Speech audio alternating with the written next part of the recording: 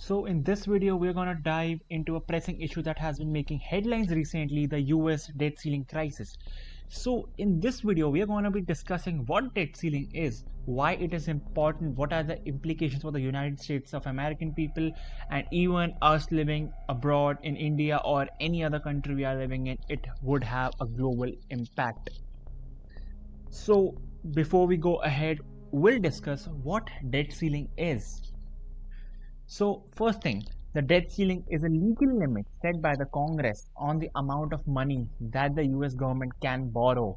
So, it's not like you can borrow any amount that you want as a government. You have a limit till what you can borrow. It serves as a cap on the total outstanding debt the government can have. So you have a limit till what you can borrow. It's not like you can borrow in an unlimited amount. There's a limit for that.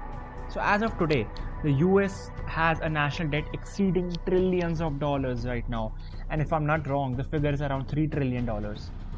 And when the government reaches the debt ceiling, it means that they have maxed out its borrowing capacity. And now they need Congress, the opposition party, to increase the limit so that they can carry out their normal functioning, like paying the financial obligations or continuing its services to the country. Now, here's the catch. If Congress fails to raise the debt ceiling, if they do not raise the debt ceiling, it can have severe consequences for the economy, like the services would be somehow be affected. The government might be unable to pay its bills, leading to a potential default on its financial obligations. We also know that 1st June is the day that government needs to pay back some of its obligations, and that could be the day. If not increased, they could default. A default or even the risk of default can create significant uncertainty in the financial markets, causing interest rates to rise, stock markets to tumble, and potentially triggering a global economic crisis. So it's not only limited to the United States but to the whole world economy. Indeed, the debt ceiling crisis can have far-reaching implications affecting not just the US economy, as I said. It could affect anywhere in the country where you are sitting, UK, India, and any other country you are. This is a thing that will affect your country as well as a whole, a global economy.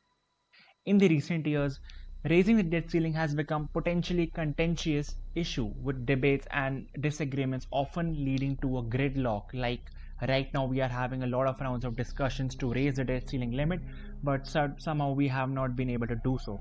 The opposing sides argue about the government spending, financial responsibility, and long-term budget plans. They think the government spends way too much than it makes. They need to cut on spending and work on a better path.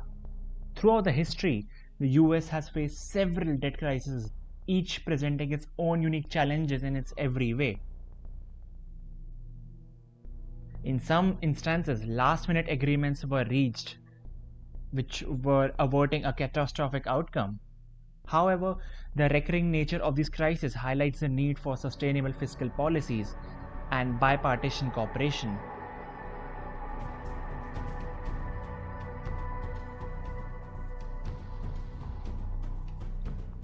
As citizens, it is crucial for us to stay informed about these issues and understand their implications, because there are a lot of implications for normal people, for the retailers, for everyone in the economy. The debt ceiling crisis affects everyone, from our personal finances to the overall stability of the economy. It will hamper everything.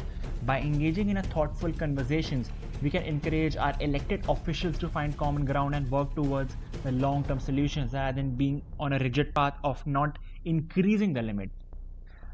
The host basically, in the end, we would say, to summarize it, that a debt ceiling is something that's a limit till what you can borrow, but to increase it you need the permission of the opposite party, the Congress party in the United States of America, to increase the limit so the government can keep continuing their normal services and can pay their financial obligations, failing to which the US can be in the history of the world economy, US for the first time could default on its financial obligations.